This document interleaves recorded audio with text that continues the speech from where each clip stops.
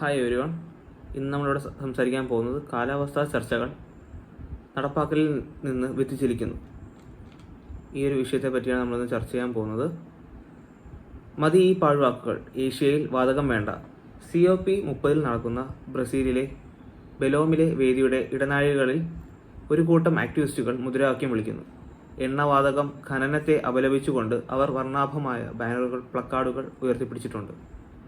കാലാവസ്ഥാ ചർച്ചകൾ നടക്കുന്ന ഈ വ്യത്യസ്തമായ വേദി ഒരു കാലത്ത് ഈ തുറമുഖ നഗരത്തിലെ വിമാനത്താവളമായിരുന്ന ഇടം താത്കാലികമായി നിർമ്മിച്ചതും സുഷിരങ്ങളുള്ളതുമാണ്.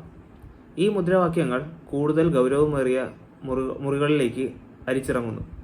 അവിടെ രാജ്യങ്ങളുടെ ഒരു സഖ്യത്തിൽ നിന്നുള്ള പ്രതിനിധി സംഘങ്ങൾ, അവരിൽ മിക്കവാറും എല്ലാവരും ഏഷ്യൻ രാജ്യങ്ങളിൽ നിന്നുള്ളവരാണ്, ഫോസിൽ ഇന്ധന ഉപയോഗം ഒഴിവാക്കുന്നതിനെക്കുറിച്ചുള്ള ശക്തമായ നടപടി തടസ്സപ്പെടുത്തുന്നതിനും വൈകിപ്പിക്കുന്നതിനും പൊതുവായ നിലപാട് രൂപപ്പെടുത്തുന്നു.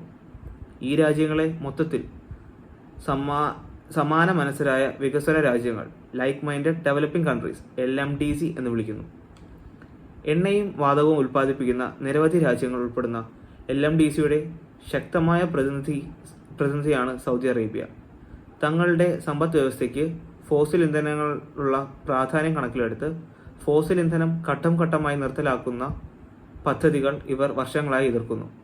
ഈ രാജ്യങ്ങളുടെ സമാന മനസ്കത അത്ര വ്യക്തമല്ല. കഴിഞ്ഞ വർഷം ബാങ്കുവിലെ കാലാവസ്ഥാ ചർച്ചകൾ അവസാനിച്ചത് സമ്പന്ന രാജ്യങ്ങൾ 2035 പ്രതിവർഷം $300 ബില്യൺ നൽകാമെന്ന വാഗ്ദാനത്തോടെയാണ്. എന്നാൽ ലോകത്തെ 2 ഡിഗ്രി സെൽഷ്യസിനപ്പുറം ചൂടാകാതെ തടയാൻ ഇത് അപര്യാപ്തമാണെന്നാണ് വിലയിരുത്തിയിരുന്നത്. ഇതിനെതിരെ ഇന്ത്യ പലതവണ സ്വതന്ത്രമായി ഉന്നയിച്ചിട്ടുള്ള നിലപാട് ഈ തുകകൾ കുറഞ്ഞ ചെലവിലുള്ള വായ്പകളായോ ഗ്രാനറുകളായോ ലഭ്യമല്ലെന്നും വാണിജ്യപരമായ ഇടപാടുകളുടെ ഭാഗമായാണ് പ്രധാനമായും ലഭിക്കുന്നു എന്നുമാണ്. ഗ്രാനറുകളും ഇളവുകളോടും കൂടിയ വിഭവങ്ങളും മൂലധന ചെലവ് കുറയ്ക്കുന്നതിലൂടെ നിക്ഷേപങ്ങളുടെ ശക്തമായ ഒരു നിരക്ക് സൗകര്യമൊരുക്കുകയും മൂലധന ചെലവ് കുറയ്ക്കുന്നതിലൂടെ ഈ നിക്ഷേപങ്ങളെ കൂടുതൽ സുസ്ഥിരമാക്കുകയും ചെയ്യും. നവംബർ 15 ഇന്ത്യ ഇത് പറഞ്ഞു. മറുവശത്ത് വ്യത്യസ്ത കാഴ്ചപ്പാടുകൾ.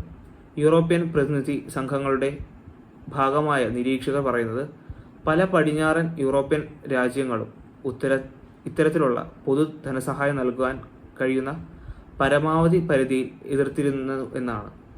വികസ്വര രാജ്യങ്ങൾക്ക് ഫോസിൽ ഇന്ധനം ആശ്രയത്വത്തിൽ